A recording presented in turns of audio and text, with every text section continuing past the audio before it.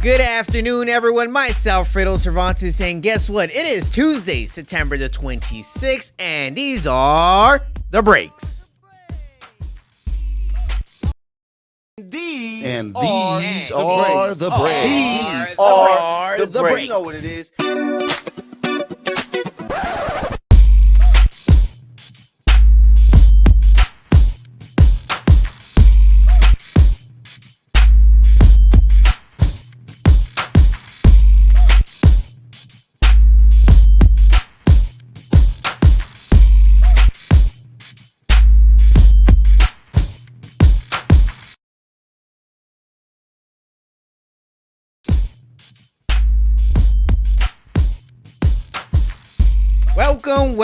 Welcome. Live here from the Infanity Studios in Los Angeles. These are the breaks. And, it's been an amazing weekend of football. And, of course, right now, we got to get down and dirty with the hottest topic right now. And believe it or not, guys, the rumors are true. Yes, they are true.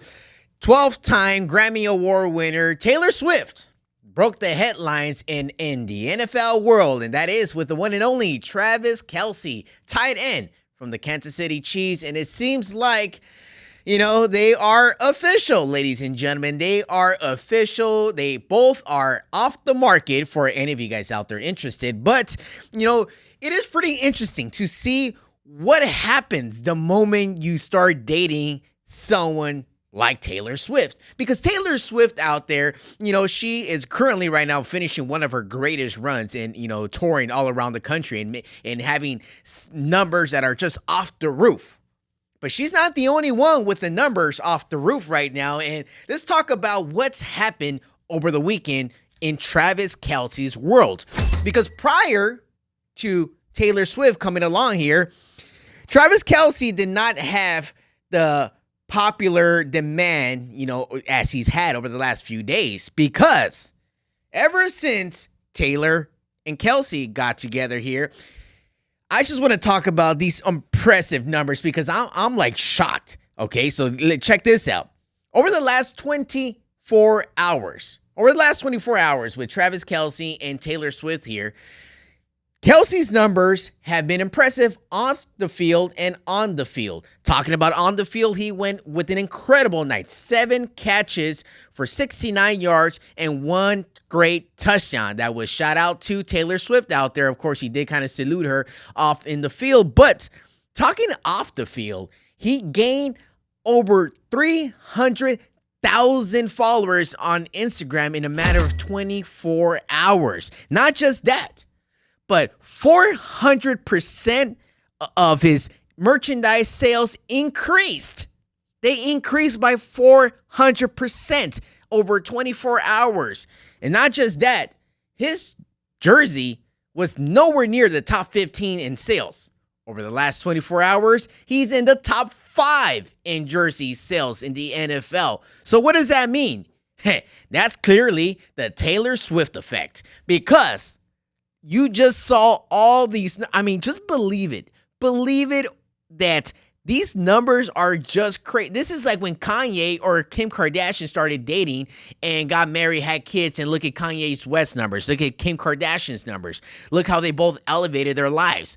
But right now, this little Taylor Swift situation with Travis Kelce is pretty interesting. It's pretty interesting because Kelce has kind of been low-key there under the radar, has been trying to reach out to Taylor Swift. Finally, Taylor answered the invitation and said, yes, I will come out to one of your home games, as she was relaxing with Travis Kelce's family in his family suite at Arrowhead Stadium on Sunday afternoon. And of course, the score was 41-10. They just demolished the Chicago Bears at Arrowhead, and Travis Kelce seemed to be on point. But there was one interesting thing at the end of the game. People were wondering, where's Taylor Swift? Because if she was in the suite, you most likely might think that she's going to walk out of the suite. No one saw her leaving the suite until she was leaving the stadium with Travis Kelce. But there was some speculation out there that Taylor Swift exited the building in a popcorn machine. Yes, a popcorn machine. It's kind of crazy to realize that a star like Taylor Swift snuck into a popcorn machine and was snuck out of the suite into the tunnel. There was a video caught out there where Taylor Swift was projected to be inside this popcorn machine, which a lady was pushing out the cart, and there was a lot of people out there saying, hey, Taylor's in there, Taylor's in there. Like, the word must have got out there that Taylor was hiding in a popcorn machine leaving the stadium. So, I don't know. I mean, Taylor, come on, just show your face. People saw you at the game. People saw you cheering your behind out there and cheering with the family, but why hide? Why hide? They caught both of them leaving in a convertible and going out on a date. So that's the Taylor Swift effect, and that's how much Taylor Swift was the talk of the NFL Sunday. Winner! But, you know, the talk about singers and artists in the NFL just got a lot more interesting because earlier today, we got breaking news because Super Bowl 58 is right around the corner. And guess what? It is in Las Vegas this year. So they announced who will be headlining Super Bowl 58 with the Apple halftime music show. And guess who that is? It is the one and only Usher. Of course, people know who Usher is. Usher is one of the greatest talents out there that has been around for the past 25 years. I've been a big Usher fan. I'm not one of his biggest fans, but I've always supported, loved his music, what he's done. I grew up with this era, with like the Usher era, him, you know, the Little John hits, Alicia Keys, and he has lots of hits. He has lots of hits, but he will be headlining this upcoming Super Bowl 58. And this is a quote that came from Usher earlier today. It says, "It's an honor of a lifetime to finally check a Super Bowl performance off my bucket list." So this is something that Usher has been kind of considering and thinking about doing. But this is the 5th year that, you know, we are looking at Rock Nation and JC partnering up with the NFL for the halftime performance show. So we saw Shakira, we saw Beyonce, we saw the Dr. Dre. The Dr. Dre one and Eminem and everything that took place here in Los Angeles was spectacular. But last year's we had Rihanna, which of course, you know, for the people that have been watching the breaks, I talked about Rihanna last year, and it wasn't a good show. It was an okay show. But this Usher show is going to be much better than Rihanna. I can guarantee that. But Usher doing this show is going to be amazing. So everyone, make sure you guys all stay tuned. But there is one interesting thing that's going to be not only premiering on Sunday, that Super Bowl Sunday, but Usher is coming out with his ninth album called Coming Home, which will be released that Sunday morning, Super Bowl on February the 11th in 2024. So everyone, if you've been waiting for new Usher music, mark the calendar because February the 11th, that's when that album is coming. So shout out to Usher and shout out, congratulations to that, finally getting that thing off your bucket list. Because it's always good when you get things off your bucket list. But there's a few things on my bucket list that I want to go ahead and talk to you guys about in the NFL world. But when we return here on the breaks, I'm going to talk a little bit about what is going down in the NFL, especially with the Los Angeles Chargers. There is 2 major concerns in that Charger world, which we will be talking about when we return here on These Are the Breaks.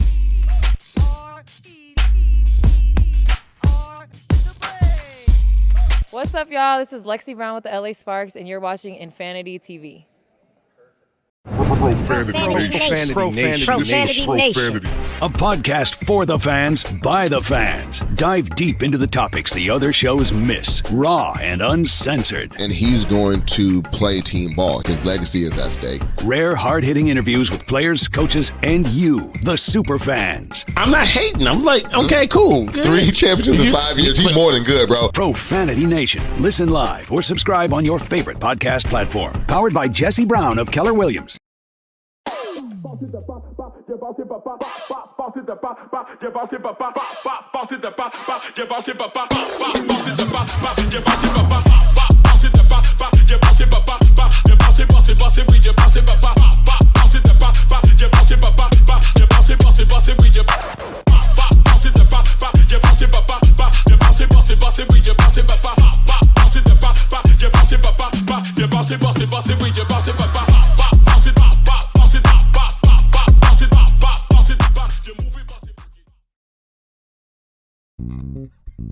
United One Protection Services. With over 30 years of experience, United One Protection Services has more expertise and knowledge than the other security companies combined. Residential, commercial, municipal, or institutional, United One Protection Services does more than just security.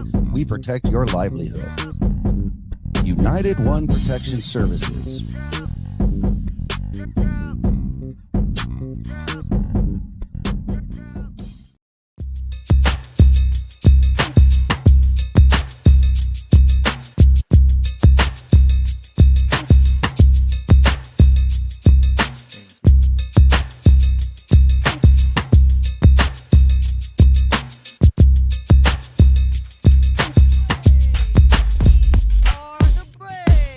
Yeah, buddy, these are the breaks here live from Los Angeles at the Infanity Studios. And, you know, the NFL right now, we're right about the end of week 3 right now. And we're looking at week 4. But normally in Chargers land, there's always injuries occurring, and not just injuries, but dramas surrounding the team. And yes, we're going to go ahead and get down and dirty with this. Breaking news with the Los Angeles Chargers, with Chargers cornerback J.C. Jackson, who just came on to the Chargers last season after signing a 5-year deal worth almost $90 million with the Chargers. The news broke on Monday morning that there was a warrant out for J.C. Jackson's arrest for violating his probation.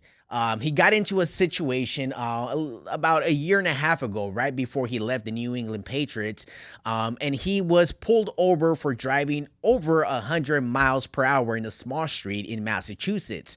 At that point, he was ticketed. He was arrested apparently that night, and he was let go 24 hours later. But the reason why there is a warrant out for his arrest right now was because Jackson failed to appear in a hearing on Friday in Massachusetts.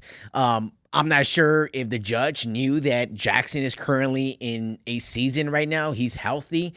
He's playing, so there's nothing to kind of hold him back. But if he was scheduled to be in Massachusetts for a hearing on Friday, that's really not in his schedule because he was practicing and boarding a flight on Friday afternoon, flying over to Minnesota.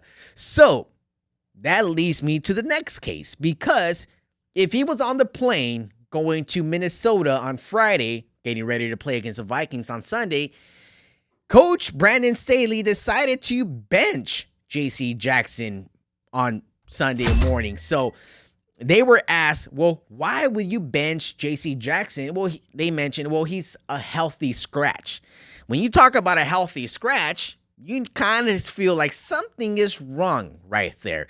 And one of the main things that, you know, head coach Brandon Staley, who is still the head coach of the Chargers right now, he mentioned, he's like, hey, you know what? I thought that the corners we had right now gave us a much better chance in winning against Minnesota. That's maybe a low blow to J.C. Jackson, because J.C. is your highest paid corner.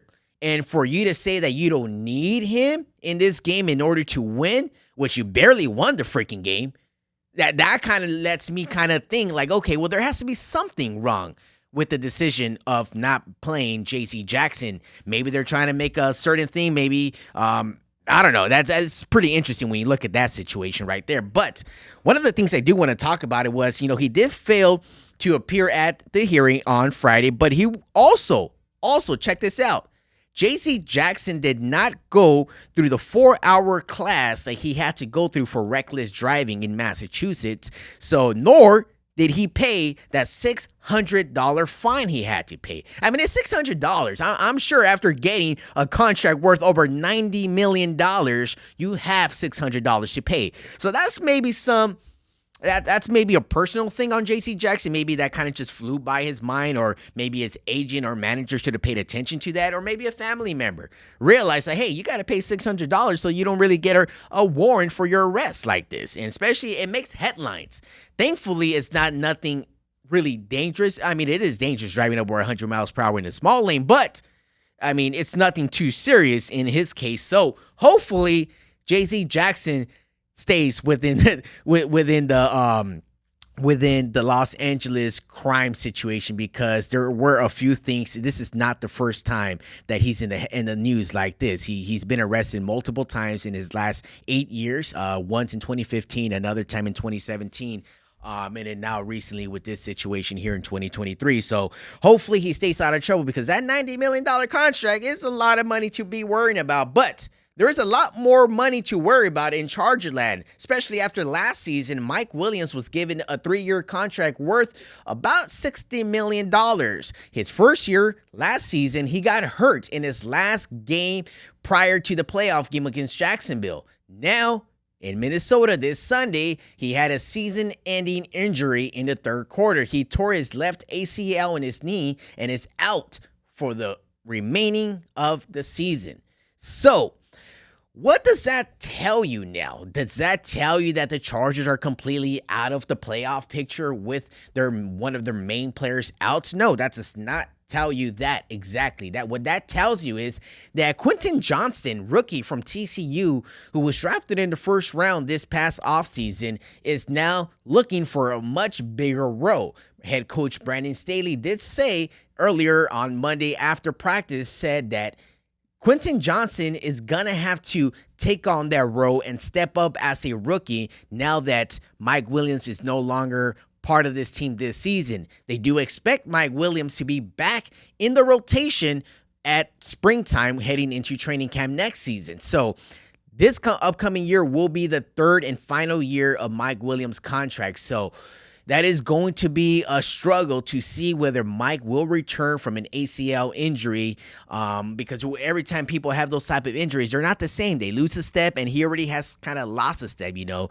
He was a first-round draft pick in 2017, about 6 years ago, so he still has some years left in him, but years that might not be the best for Mike Williams right now. Mike Williams, before the injury, he had 7 catches for 121 yards and 1 touchdown, which was the best for him this season.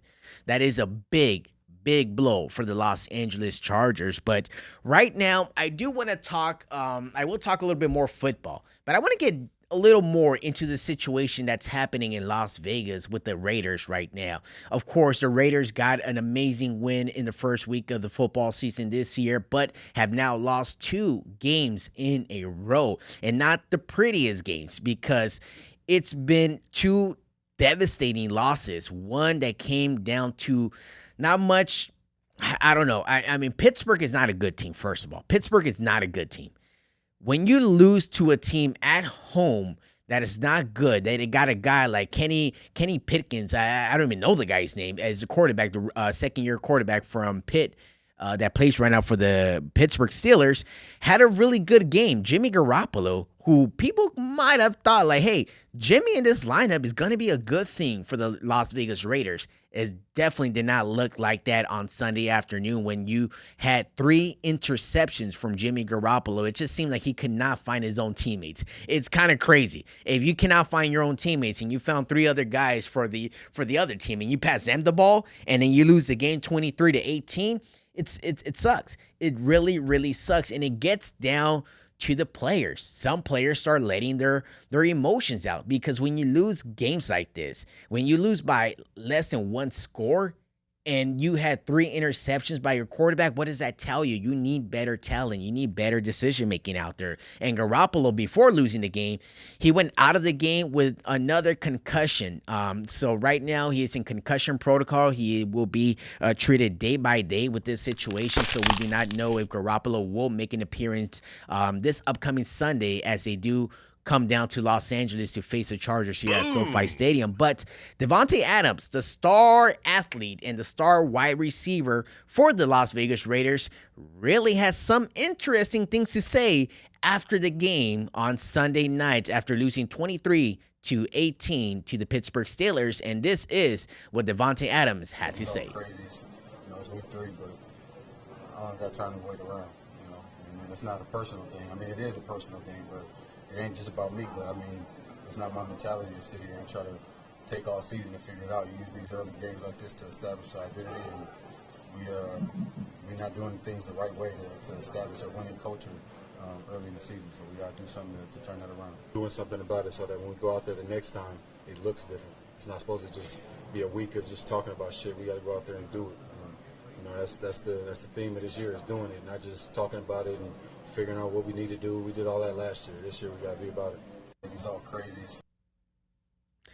I mean, yeah, you see that one of us interesting things he said was like, man, he's like, I'm not here for this shit. He's like, I don't got time to wait around. He clearly is frustrated and understands that the only reason why he's wearing this silvered and black is because he came to play with his best friend, Derek Carr, who was traded during the offseason. And we recall with his comments as well, because Devontae is he's pretty vocal out there. He's pretty vocal. He was very vocal when they traded Derek Carr over the offseason. And he said, hey, man, I don't even know what to say. I don't know what to think. The reason why I'm here is because of Derek. Now that he's gone, he's like, I don't even know what I'm doing here. Because the reason why he came to the Raiders was to play with Derek Carr, his best friend.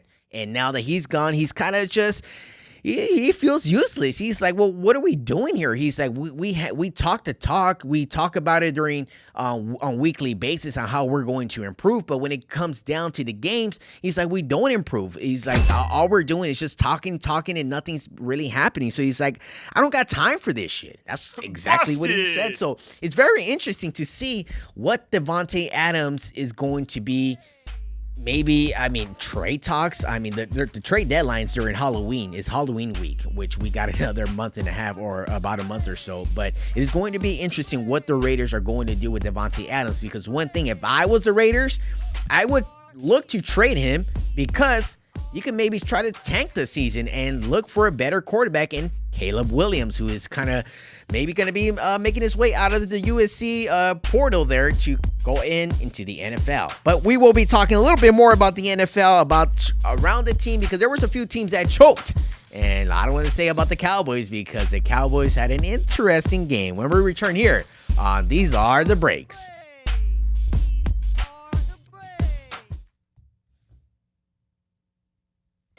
What's up, y'all? This is Lexi Brown with the LA Sparks, and you're watching Infanity TV. Profanity Nation. A podcast for the fans, by the fans. Dive deep into the topics the other shows miss. Raw and uncensored. And he's going to play team ball. His legacy is at stake. Rare, hard-hitting interviews with players, coaches, and you, the super fans. I'm not hating. I'm like, okay, cool. Good. 3 championships in 5 years. He's more than good, bro. Profanity Nation. Listen live or subscribe on your favorite podcast platform. Powered by Jesse Brown of Keller Williams.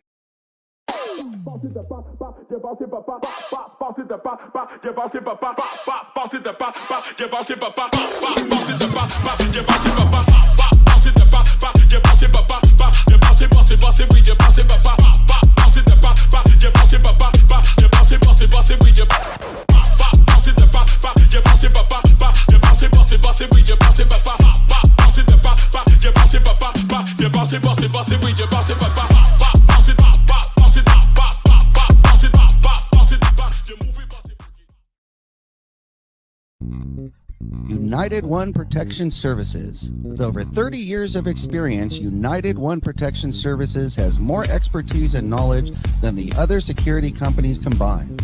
Residential, commercial, municipal, or institutional, United One Protection Services does more than just security. We protect your livelihood. United One Protection Services.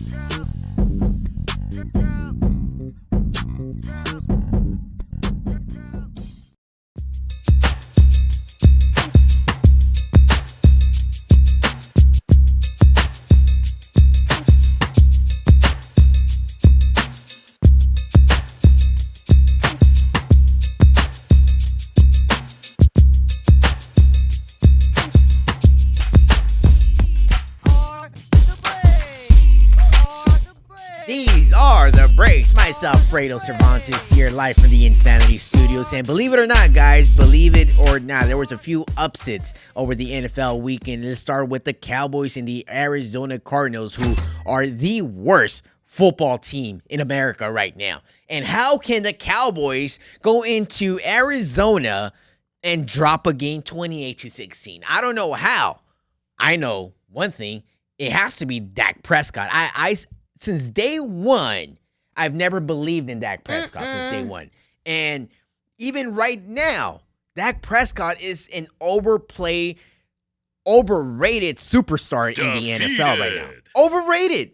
I don't even get the fact that why he's even considered good. He can't throw. He can't even run anymore. He's up there in age now because in football years, it's up there. And I don't know why Jerry Jones, the owner of the Dallas Cowboys, continues to put all his money in one guy. I mean, that's Mike McCarthy as well. Mike McCarthy got to take a shot out of this too, because with Mike McCarthy right now, what he's doing to this team, yes, I get that Trayvon Diggs had a season-ending injury as well over practice last week. But you cannot say that your season is now done because one player decided to get hurt and no longer is part of your team.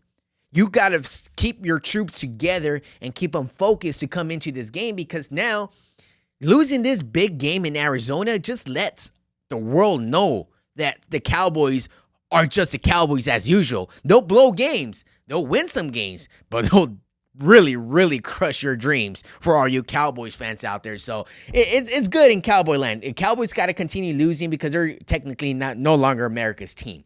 America's team is now the Kansas City Chiefs. Kansas City Chiefs continue to take care of business. Took care 41-10 over the Chicago Bears. And as well, another interesting matchup between the Detroit Lions getting another big win. We saw what the Detroit Lions did on week 1 against the Chiefs. We saw what they did last week. But what they're doing again right now, they are a team to be looking at for, because you saw what they were doing during this new HBO series that they were doing, which is the Hard Knocks. They're in Hard Knocks right now. Normally, Hard Knocks is like a curse for a lot of football teams. When you do Hard Knocks, it's a curse. It's a curse. And one thing I want to show you right now as well is, what the outlook and what it's going to look like for a lot of people out there, because right now the odds just changed in the Super Bowl right now. The odds change with the Trayvon Diggs injury occurring, the Charger injury, some of the Kansas City Kansas City looks great, but not the same as last year. But right now, the San Francisco 49ers are looking like the team to beat right now. If I got to pick a team right now to win the Super Bowl, it got to be the San Francisco 49ers. Brock Purdy is looking like 3 times better than Dak Prescott ever looked. So it's crazy that I don't want to just stop watching the NFL right now because the Niners are just too freaking good.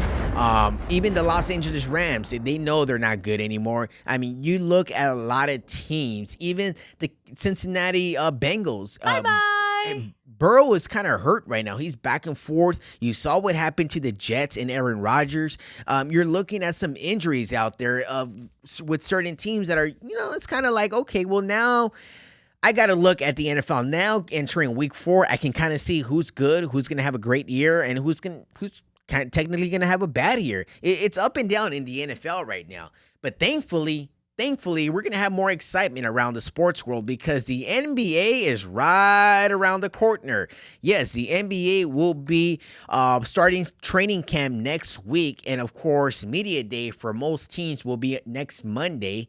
And it's going to be pretty interesting to see what maybe the Lakers are going to be doing, what the Clippers are going to be doing, and maybe what the Boston Celtics, the New York Knicks, the Miami Heat, the defending champs, in the Denver Nuggets. So you're going to be able to see what a lot of these teams have going on as soon as the NBA games do start ticking off. But I kind of want to give you my top 5 rankings right now on what's going on in the NBA, because right now, my top 5 teams that I really want to go ahead and just talk about real quick, I do and am going to put the Los Angeles Lakers at number 5 right now, because I don't see the Lakers being a top 4 team in the league right now, especially with the age of LeBron James and the uncertain things that's going to happen in AD's injury season, because we know that he's scheduled to get injured sooner than later. So I really can't put too much money and depend on AD much. But putting with the Lakers at number 5, the Clippers don't even make the top 5 because they don't even belong in the city anymore, which they are entering their last game at Crypto.com Arena. So it's going to be very interesting on what's going to happen there. But when you look at number 4, I got to give some credit to the Miami Heat. Even though the Miami Heat had an impressive run in the playoffs last season, the Miami Heat are just not built to really content with these other teams, because we saw how good the Denver Nuggets were overall. But I keep the Miami Heat at number 4 because you got to give some respect to Jimmy Butler and Pat Riley and Eric Spoelstra out there. But with my number 3 team, I'm going to put the Golden State Warriors. Why am I going to put the Golden State Warriors right there? Because when you look at what Steph Curry, what Klay Thompson, what Draymond Green, and with the addition of CP3, what are they going to do? I think that's going to open up the floor for Chris Paul and Steph Curry to play together. Winner! Those are two talented point guards in different ways, even though they both can shoot the ball pretty good, because we know Steph Curry can shoot the ball, and we know that CP3 at times he can really make some clutch shots. I feel the playmaking of Chris Paul is going to help out and open up the floor for Klay Thompson and Curry out there. So it's going to be an impressive run for that team up there. But my number 2 team got to be the defending champs in the Denver Nuggets. The Nuggets right now, they lost a few players, they gained a few players. But being able to keep a Jokic, a Michael Porter, Jamal Murray, and a few of those guys around there, and keeping Mike Malone, they're going to be pretty competitive. They're going to win 50-plus games for sure. I don't see them winning back-to-back championships. I just cannot see Jokic do that. It feels like now the league kind of got a look at what the Nuggets really can do and how successful they can be. But now they got game plans surrounding that team now. So they're going to make Jokic much of a shooter now, which that's something that every team should do. Make Jokic a shooter. Don't let him post down there on the block. But you got to give some respect to that team for winning the NBA championship last year. But my number 1 team, the team that I feel is just going to excel in the league, it's going to be the Phoenix Suns. The Phoenix Suns, you might have noticed I didn't even put the Boston Celtics in my top 5, but there is a reason why I didn't put them there. But I got to go with the Phoenix Suns. You got to go with Kevin Durant, Devin Booker, and the addition of Bradley Beal. And keeping DeAndre Ayton in that lineup is just going to be so dangerous. But that is not the reason why I'm going with them at number 1. The main reason you got to go with them is because of the coach. Former Laker championship coach Frank Vogel is taking care of this team now. We know what Vogel can do with a first-year team, especially when he has some talent on that team. They can play defense. He's going to make them play defense. He's going to make them hustle for those plays, and having an amazing coaching staff that he's going to have over there in Phoenix, Arizona.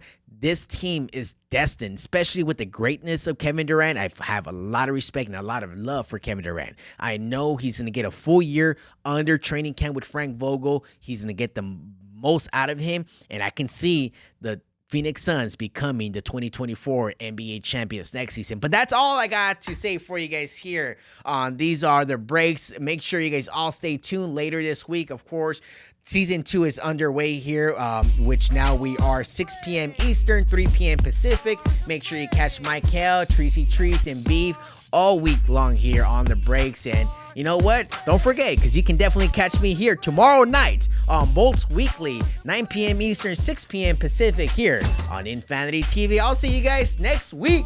Adios.